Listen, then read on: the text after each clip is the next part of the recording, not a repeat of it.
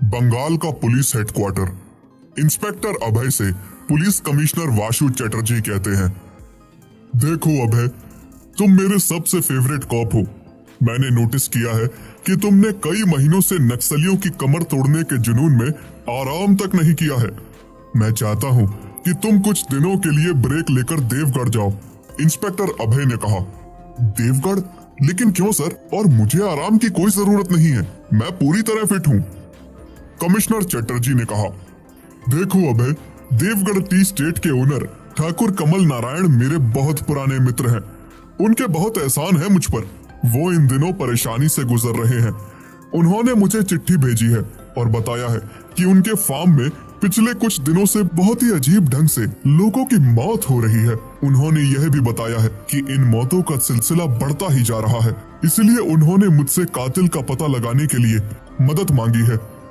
Inspector अभय ने commissioner की बात को रोकते हुए कहा, लेकिन सर, देवगढ़ तो यहाँ से बहुत दूर है और वहां तो कोई पुलिस चौकी भी नहीं है।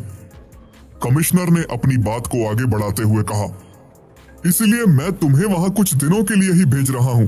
तुम वहां ऑफिशियल तौर पर नहीं जा रहे हो। तुम वहां हो रही इन घटनाओं के पीछे के रहस्य का पता करके कातिल को पकड़ो। ये मुझे नहीं लगता कि ज्यादा कठिन काम है। मैंने तुम्हारे साथ जाने के लिए 3 सिपाहियों को भी कह दिया है और इस बहाने तुम्हें एक हिल स्टेशन का वेकेशन भी मिल जाएगा। अभय ने कुछ सोचकर कहा, ओके सर, तो मैं आज ही देवगढ़ के लिए निकलता हूँ, लेकिन आपसे एक रिक्वेस्ट है, मैं वहां अकेला ही जाऊंगा। कमिश्नर ने कहा, ठीक है, जैसी तुम्हारी मर्जी। इसके बाद इंस्पेक्टर अभय देवगढ़ की ओर अपनी कार लेकर निकल जाता है। आधी रात का समय हो चुका था। एक सुनसान रास्ते पर इंस्पेक्टर अभय की कार तेजी से गुजर रही थी। तभी एक कच्ची सड़क पर कार आकर रुक जाती है। इंस्पेक्टर अभय ने खुद से कहा, ये क्या? ये सड़क तो खत्म हो गई। ये तो कच्ची सड़क है। लगता है यही देवगढ़ जाने का रास्ता है।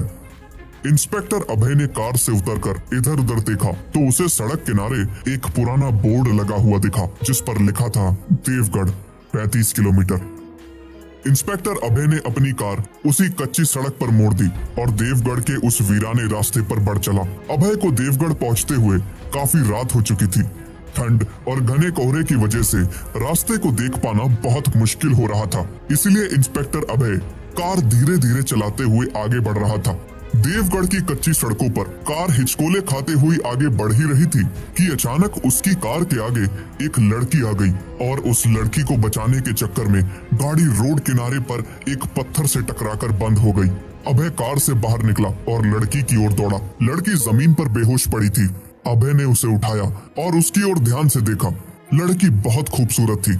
उसकी आंखों में गजब की कशिश थी। अभय कुछ देर तक उसकी खूबसूरती को ही निहारता रह गया। कुछ देर बाद अभय उस लड़की की झील सी आंखों से बाहर आया और उस लड़की से कहा, कौन है आप? आपको चोट तो नहीं लगी? और आप इस वीराने में क्या कर रही हैं? उस लड़की ने अभय को बताया कि वो किसी काम से शहर गई हुई थी, लेकिन यहाँ आते आते रात हो गई थी। शायद थकान की वजह से चक्कर आ गया था, इसीलिए वो कार के सामने आ गई थी। अभय ने उस लड़की से कहा, कोई बात नहीं, आप परेशान मत होइए, मैं भी आपके गांव ही जा रहा हूँ। आइए, आप मेरे साथ चलिए। अभय ने उस लड़की को सहारा देकर उठाया और अपनी कार के पास ले गया। वो दोनों कार में बैठकर रास्ते में चल ही रहे थे कि अचानक तेज आंधी तूफान के साथ बारिश शुरू हो जाती है।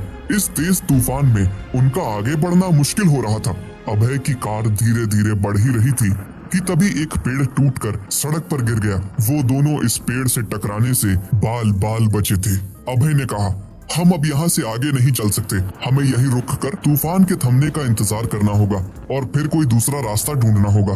तभी उस लड़की ने कहा, हमारा यहाँ रुकना सही नहीं है। शायद आपको इन पहाड़ी बारिश का अंदाजा नहीं है।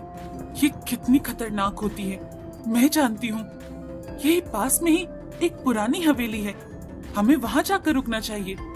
अभय ने कार को उस लड़की के बताए अनुसार उस पुरानी हवेली की ओर मोड़ दिया और कुछ देर की ड्राइव के बाद वो दोनों उस हवेली में पहुंच गए।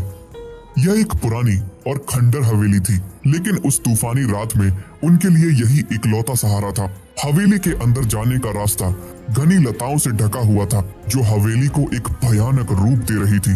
टूटी हुई खिड़कियों के अंदर घुसने वाली हवा एक भयानक सिसकी की तरह लग रही थी। हवेली के दरवाजे जंग लगे थे और उनके चारों ओर मकड़ी के जाले फैले हुए थे।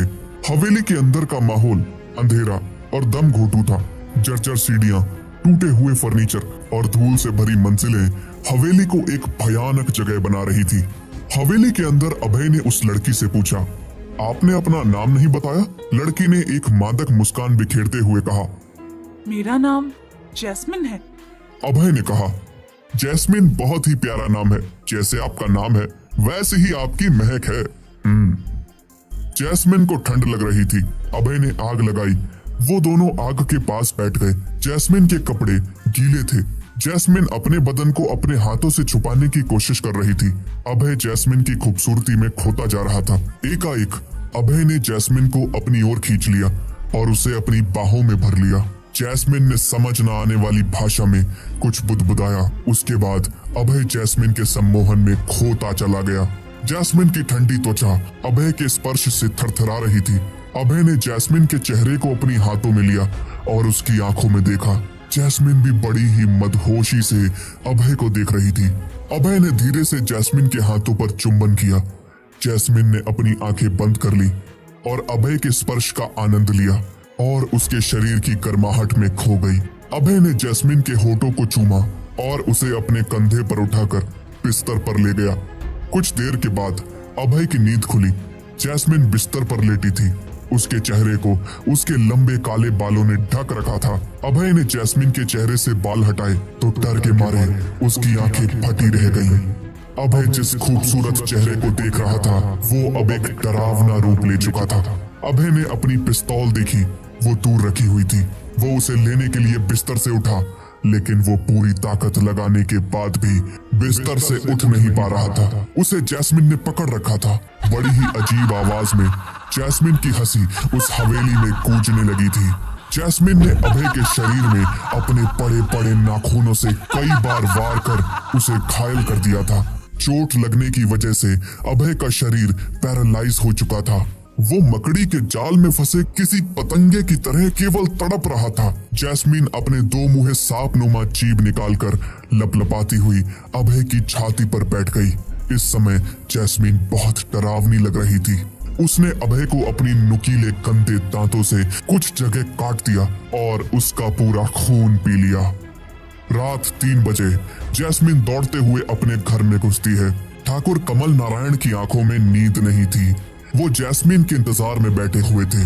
कमल नारायण ने देखा जैस्मिन का चेहरा पूरी तरह से खून से सना हुआ था। उन्होंने जैस्मिन को आवाज देकर रोका, लेकिन जैस्मिन ने जैसे ही पलटकर उनकी ओर देखा, वो उसका भयानक रूप देखकर बहुत डर गए और कुछ बोल न सके।